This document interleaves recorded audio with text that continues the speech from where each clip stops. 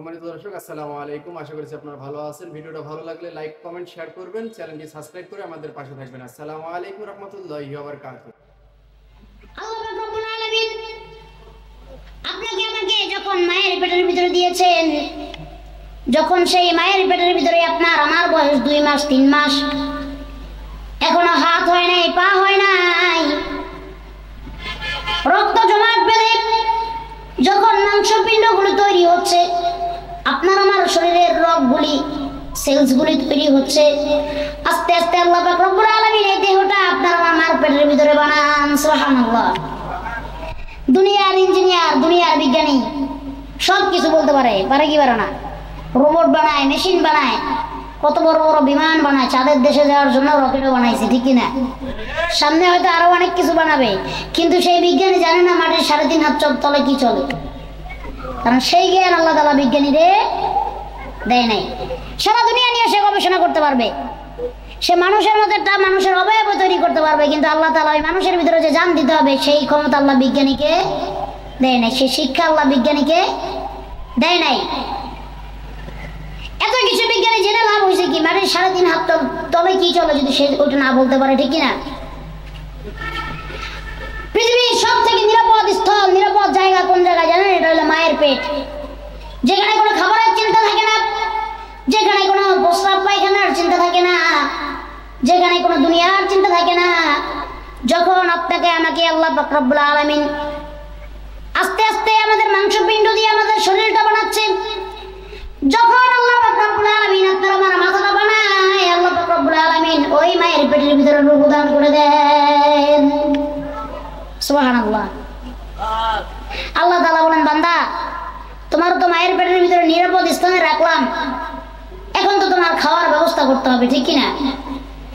আল্লাহ পাক রব্বুল আলামিন মায়ের নারীর সাথে সন্তানের নারীর একটা সংযোগ করে দিয়েছে, যে এখান দিয়ে মা যা খায় সন্তানের পেটে তা পৌঁছে যায়। সুবহানাল্লাহ বললেন না? ওইখানে কোনো অসুখ হয় না, কোনো রোগ হয় না। আল্লাহ কি সুন্দর করে আপনাকে আমাকে বানাচ্ছেন। আর যে জনম দুঃখিনী মা আপনাকে আমাকে গর্ভে ধারণ করেন, সেই মা জানে গর্ভে ধারণ করার কষ্ট কতটুকু, ঠিক কিনা? দুনিয়াতে যখন আপনার আমার আসার সময় হয়ে গেল, 10 মাস 10 দিন হয়ে গেল, আপনি আমি ওই মায়ের পেটের ভিতরে একটা লাথি মেরে দুনিয়াতে চলে আসি, ঠিক কিনা? আর কত কষ্ট জন্ম দেওয়ার সময়, একটা সন্তান জন্ম দেওয়ার সময় কত কষ্ট। এটা একমাত্র যেই মা আপনাকে আমাকে জন্ম দিয়েছে, সেই মা ছাড়া এই দুনিয়ার আর কেউ জানে না। আজকে আফসোস, এই সমাজে এমনও ছেলেরা আছে যারা মায়ের কথা শুনে না, বাপের কথা শুনে না। আছে না নাই? মায়ের অবাধ্য, বাপের অবাধ্য। মা যদি বলে সন্তান তুমি ডাইন দিকে যাও, সন্তান যায় বাম দিকে। আর যদি বাবা বলে সন্তান তুমি আমার কথা শোনো, সন্তান বাবার কথা শুনে না, মার কথা শুনে না। আজকালকে এমন এমন অবাধ্য সন্তান আছে যে মা বাবার কোনো কথা শুনে না, নিজের মন মতো চলে। আছে না নাই? এই সন্তান আমাদের এখানে বসা আছে, আছে না নাই? আল্লাহ তাআলা দেখেন মা বাবার প্রতি সন্তানকে কতটুকু হুকুম করলেন। মান আল্লাহ পাক রব্বুল আলামিন ইরশাদ করেন, وَقَضَى رَبُّكَ أَلَّا تَعْبُدُوا إِلَّا إِيَّاهُ وَبِالْوَالِدَيْنِ إِحْسَانًا। আল্লাহ বলেন, وَقَضَى رَبُّكَ أَلَّا تَعْبُدُوا, আমি আল্লাহর ইবাদতের সাথে আর কাউকে শরীক করবে না, আর কাউকে শরীক করা যাবে না।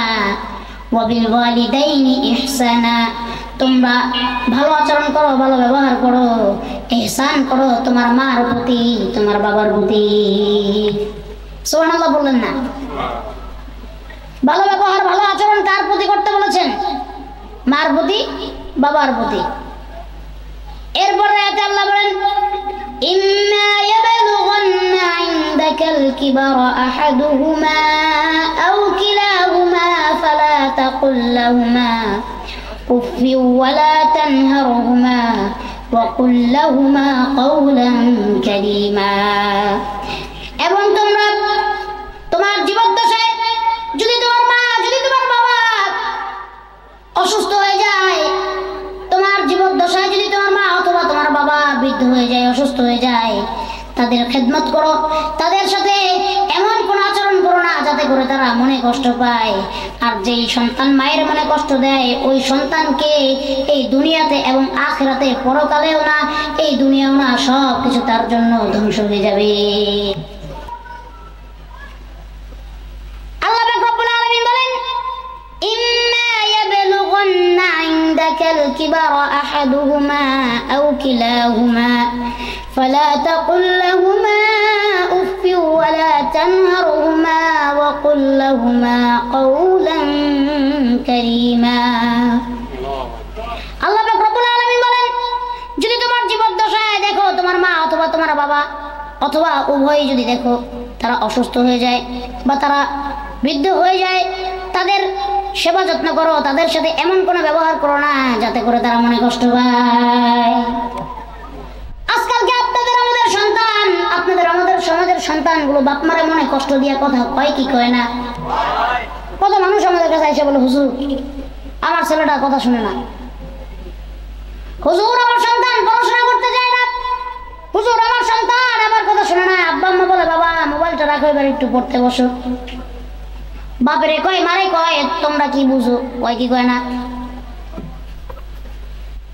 বাপরে কয় তুমি কি বুঝো সাতার মাথা, মারে কয় তুমি বেশি কথা কইবা না, ঝাড়ি দেয় কি দেয় না। আল্লাহ রাসূল সাল্লাল্লাহু আলাইহি ওয়াসাল্লামের হাদিস, আল্লাহ নবী হযরত মুহাম্মদ রাসূলুল্লাহ সাল্লাল্লাহু আলাইহি ওয়া আলিহি ওয়াসাল্লাম ইরশাদ করেন তুমি যদি আল্লাহকে খুশি করতে চাও তাহলে তুমি তোমার মা বাবাকে খুশি করো, আর তুমি যদি আল্লাহকে বেরাজ করতে চাও, তুমি যদি তোমার মা বাবাকে বেরাজ করো আল্লাহ তোমার প্রতি বেরাজ হয়ে যাবে। কাকে খুশি করতে চাইলে, আল্লাহকে রাজি খুশি করতে চাইলে কাকে খুশি করতে হবে? আম্মা আব্বাকে খুশি করতে হবে। আল্লাহ তাআলা প্রথমে বলেছেন আমার সাথে কারোকে শিরক করো না, আর তোমার মা বাবার প্রতি সদাচরণ করো। সুবহানাল্লাহ বললেন না? আল্লাহ বলেন যদি তুমি আমাকে খুশি করতে চাও আর তোমার মা বাবাকে খুশি করো, আর যদি আমাকে বেরাজ করো, তোমার মা বাবাকে যদি তুমি বেরাজ করো, আমি আল্লাহ তোমার প্রতি বেরাজি হয়ে যাব। আল্লাহ যদি আপনার আমার প্রতি বেরাজ হয়ে যায়, দুনিয়ার যত বড় শক্তি আছে সব যদি আপনার আমার পক্ষে চলে আসে, আপনাকে আমাকে ওই আযাবের হাত থেকে ওই বিচারের হাত থেকে কেউ আপনাকে আমাকে বাঁচাইতে পারবে না। মা যদি সন্তানকে একটা মন থেকে দোয়া দেয়, ওই সন্তানকে কামিয়াব হওয়া থেকে কেউ আটকাইতে পারবে না। আর যদি মার মন থেকে একটা বরদোয়া চলে আসে, মার মন থেকে যদি একটা কষ্ট চলে আসে, ওই সন্তানকে ধ্বংস হওয়া থেকে কেউ আটকাইতে পারবে না।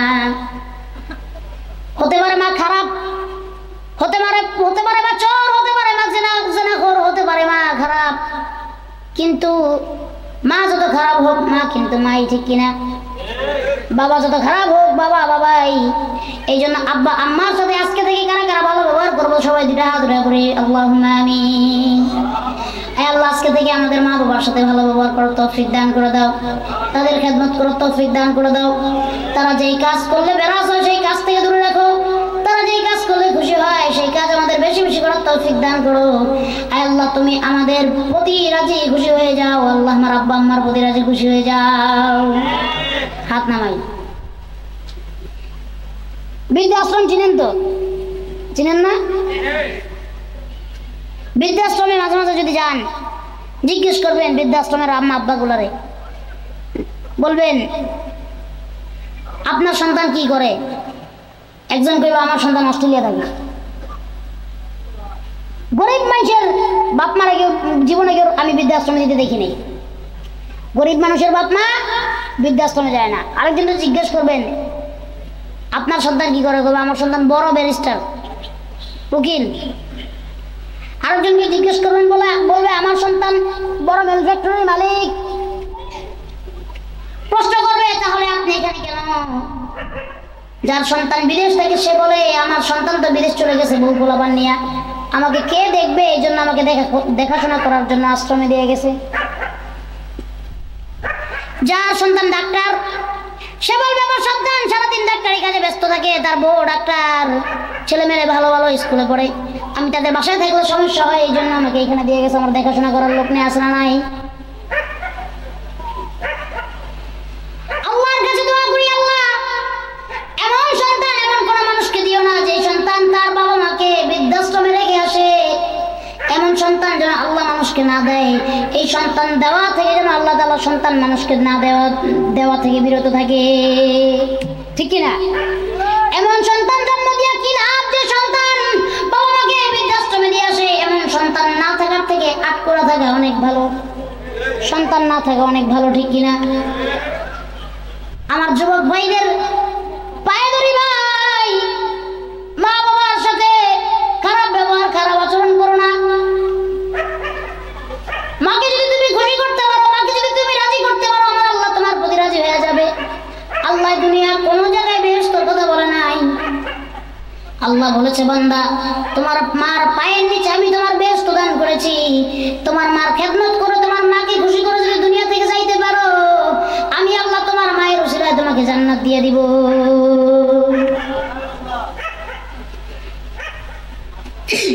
এমন সন্তান আছে এই সমাজে যে সন্তান মায়ের গায়ে হাত তুলে আসে নাই, এমন সন্তান আছে যে সন্তান বাবার গায়ে হাত তুলে আসে নাই। এমন সন্তানগুলোকে যেন আল্লাহ তাআলা পঙ্গু করে দেয়। যে সন্তানের হাত তার মায়ের গায়ে উঠলো সে হাত যেন পঙ্গু হয়ে যায়। যে সন্তান তার বাবাকে লাথি দিল তার পা যেন পঙ্গু হয়ে যায়, ঠিক কিনা? আল্লাহ রাসূলের কাছে এক সাহাবী আসলেন, এসে প্রশ্ন করলেন, জিজ্ঞেস করলেন, নবীজি দুনিয়াতে সব থেকে দামি সম্পদ কি? সব থেকে দামি সম্পদ কোনটা? আল্লাহ নবী বললেন দুনিয়াতে সব থেকে দামি সম্পদ, সব থেকে মূল্যবান জিনিস হলো তোমার মা। সুবহানাল্লাহ বললেন না? দ্বিতীয়বার জিজ্ঞেস করলেন, নবীজি দুনিয়াতে তারপরে সব থেকে দামি বস্তু কোনটি, দামি সম্পদ কোনটি? আল্লাহ রাসূল আবার বললেন তোমার মা। তৃতীয়বার বললেন, নবী গো 3 নম্বরে পৃথিবীর সব থেকে দামি সম্পদ কোনটি? তৃতীয়বার আল্লাহ রাসূল বললেন তৃতীয় ব্যক্তিও হলো তোমার মা। সুবহানাল্লাহ বললেন না? চতুর্থবার জিজ্ঞেস করলেন, নবীজি এরপরে দুনিয়ার সব থেকে দামি সম্পদ কোনটি? আল্লাহ রাসূল এবার ইরশাদ করলেন চতুর্থ, তোমার পৃথিবীর সব থেকে দামি সম্পদ হলো তোমার বাবা। মার কথা কয়বার বললেন? কয়বার বললেন? বাবার কথা একবার। এই জন্য মায়ের খেদমত করবেন, বাবার খেদমত করবেন। আল্লাহ তাআলা আপনার ব্যবসায় বরকত দিয়ে দিবে, আল্লাহ তাআলা আপনার কাজে বরকত দিয়ে দিবে, আল্লাহ তাআলা আপনার দুনিয়া এবং আখিরাতের জিন্দেগিকে কামিয়াবি করে দিবেন। সুবহানাল্লাহ বললেন না? আরেকটু জোরে বলেন সুবহানাল্লাহ।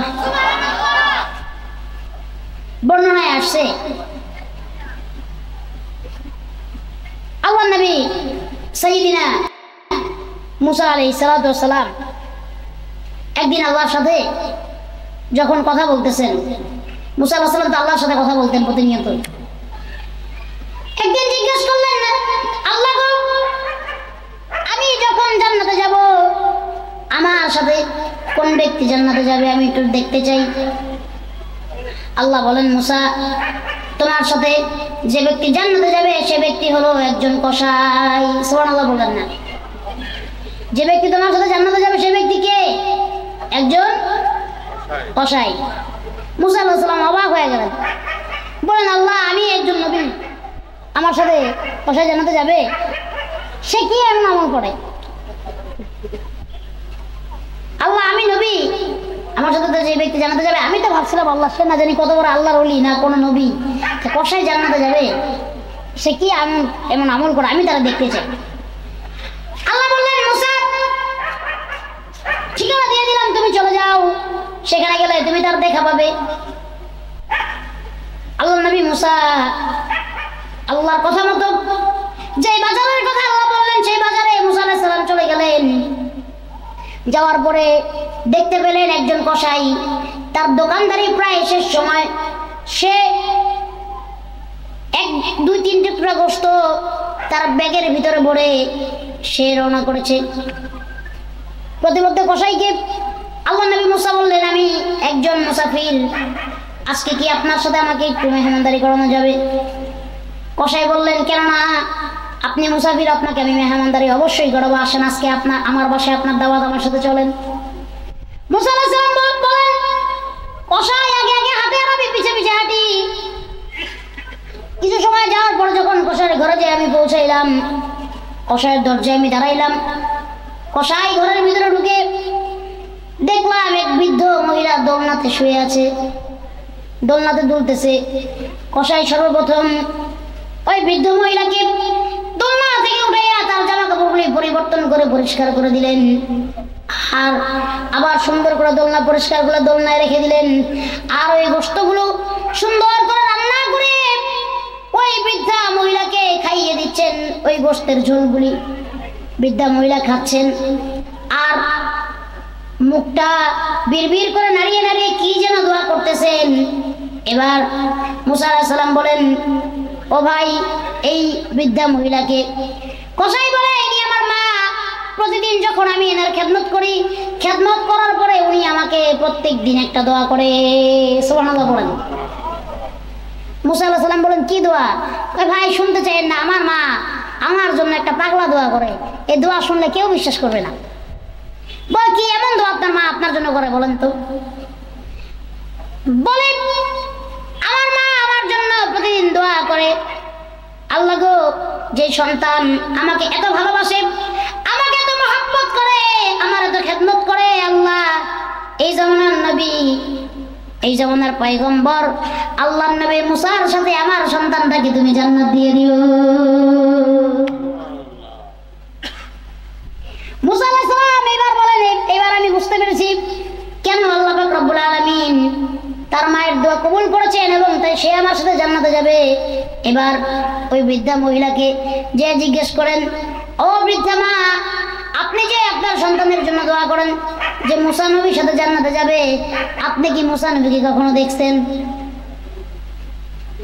বৃদ্ধা মহিলা বলে, না, সে আমাদের পাশেই থাকে, কিন্তু আমি তাকে কখনো দেখি নাই। মুসা আলাইহিস সালাম বলেন, আপনি তাকে কখনো দেখেন নাই, আপনার সামনে এই যে বসা আমি আল্লাহ নবী মুসা, আল্লাহ আপনার দোয়া কবুল করেছে।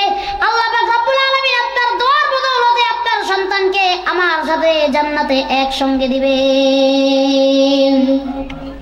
সুবহানাল্লাহ বললেন না? মায়ের দোয়ায় জান্নাতে যাওয়া যায় কি যায় না? আরো জোরে বলেন, যায় কি যায় না?